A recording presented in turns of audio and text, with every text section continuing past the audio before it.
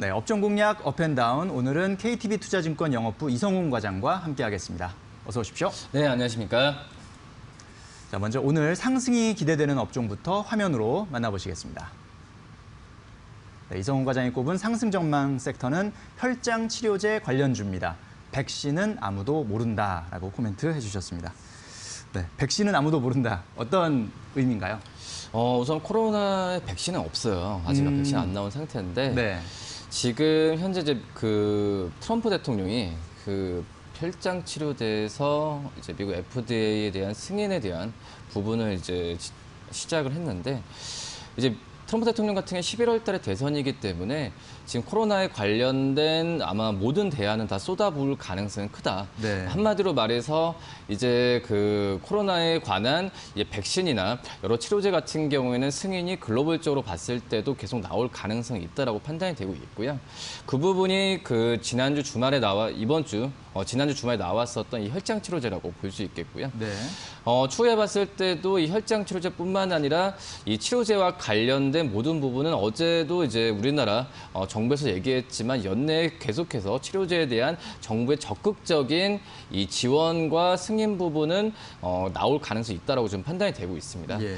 뭐 그런 점에서 봤을 때는 이 혈장 치료제에 대한 부분을 승인을 받으면서 이거에 대한 상용화가 빨리 이루어질 가능성이 있다라고 볼 수 있겠고, 그렇기 때문에 우리나라에서 이 혈장 치료제와 관련된 종목들 같은 경우에는 투자 심리가 좋아질 가능성이 굉장히 크고, 뭐 어제 같은 경우에도 관련주들이 상승세를 보여주었지만 그 전에 어떤 그 코로나에 대한 치료제 관련주로 분류되면서 올랐었던 상승폭에 비하면 크게 미치지 못했거든요.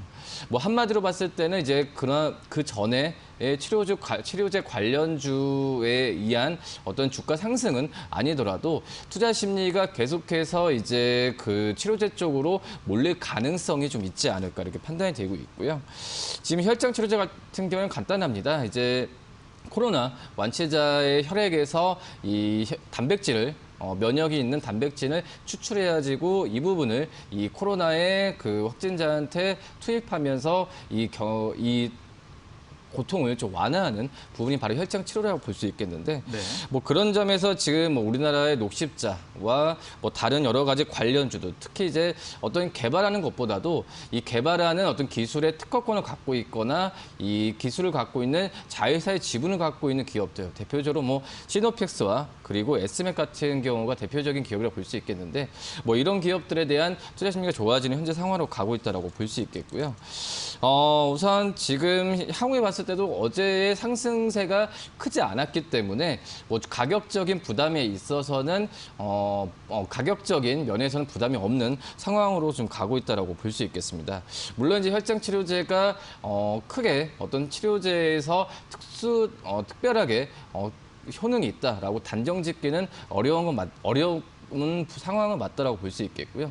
전문가들 같은 경우도 이 혈장 치료제가 과연 이 코로나에 대한 이 어떤 백신으로 개발될 수 있냐라고 좀 의구심을 갖고 있는데, 지금 현재 같은 상황에서는 이 백신에 대한, 제가 타이틀을 백신 아무도 모른다라고 말씀을 드렸지만 네. 이 백신은 아무도 모르는 거거든요. 그렇죠. 그렇기 때문에 어떤 가능성에 대한 그 부분에 있어서 가능성이 나왔다는 것 자체만으로도 투자 심리가 좋아질 가능성이 굉장히 좀 있지 않을까 좀 이렇게 판단이 되고 있습니다. 네, 그렇군요.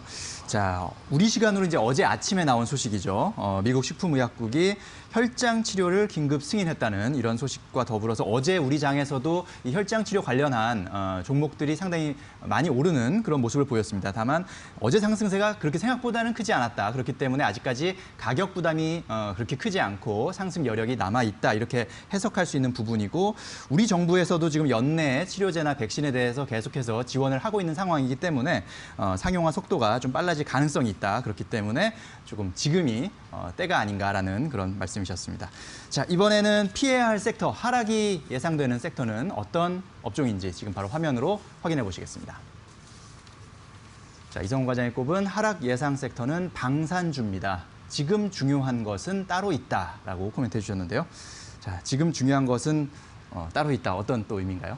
네, 뭐 역시 그 지난주에 그 위임 통치, 뭐 김여정에게 김정은 위원장이 이 정권에 대해서 어느 정도 일부 위임에 대한 얘기 나오지면서 금요일 날 방산주들이 크게 상승세를 보여주었거든요. 네. 하지만 어제 같은 경우에는 이 방산주 대부분의 상승세를 반납했다라고 볼 수 있겠고, 예. 뭐 그런 이유 중에 하나가 지난주 금요일 날 글로벌 시장 봤을 때도 이 북한의 어떤 위임 통치에 대한 악재가 글로벌 시장에 반영이 거의 안 됐어요.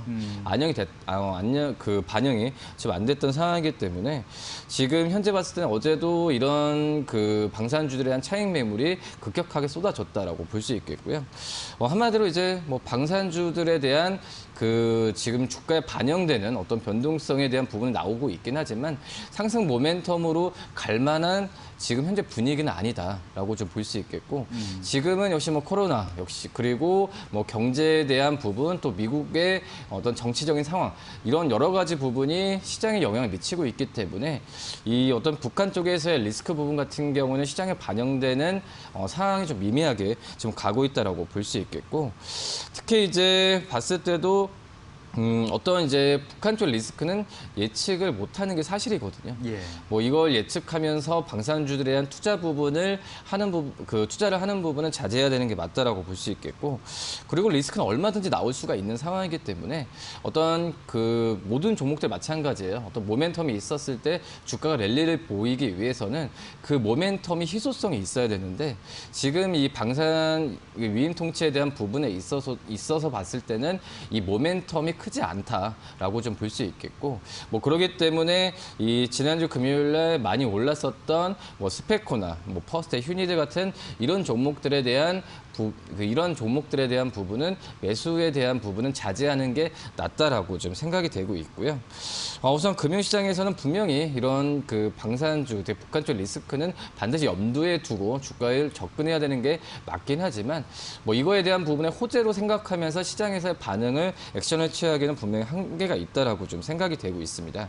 물론 이제 북한의 권력 구조에 변화가 있는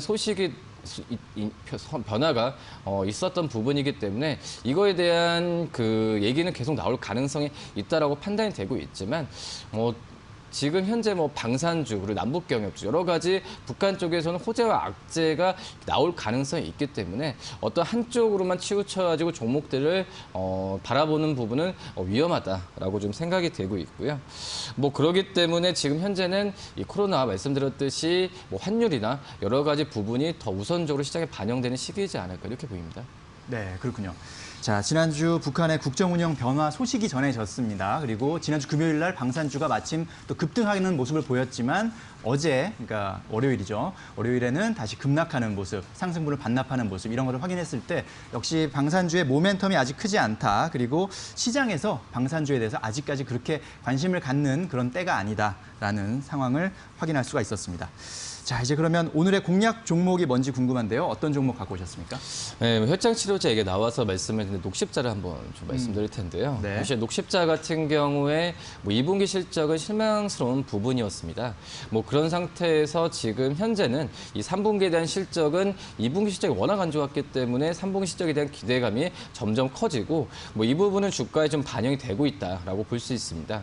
지금 7월 중순 같은 게 15만 7천 원던 주가가 지금 27만 9천 원까지 지금 올라온 상태라고 볼 수 있겠는데, 우선 녹십자 2분기 영업이익이 156억으로 작년 대비 20% 정도 뭐 감소를 한 부분이 있는데, 우선 그 지금 현재 3분기 때 같은 경우가 녹십자의 전형적인 어떤 독감 백신에 대한 성수기다라고 좀 볼 수 있겠고요.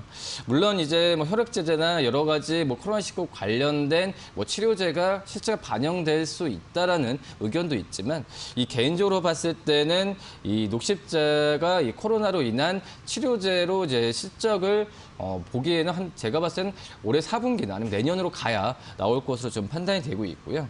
뭐 그러기 때문에 이 어떤 코로나와 관련된 부분에 있어서 이 독감 치료제 같은 경우에도 지금은 현재 뭐 치료제가 없기 때문에 이런 부분이 쓰이는 가능성이 있거든요.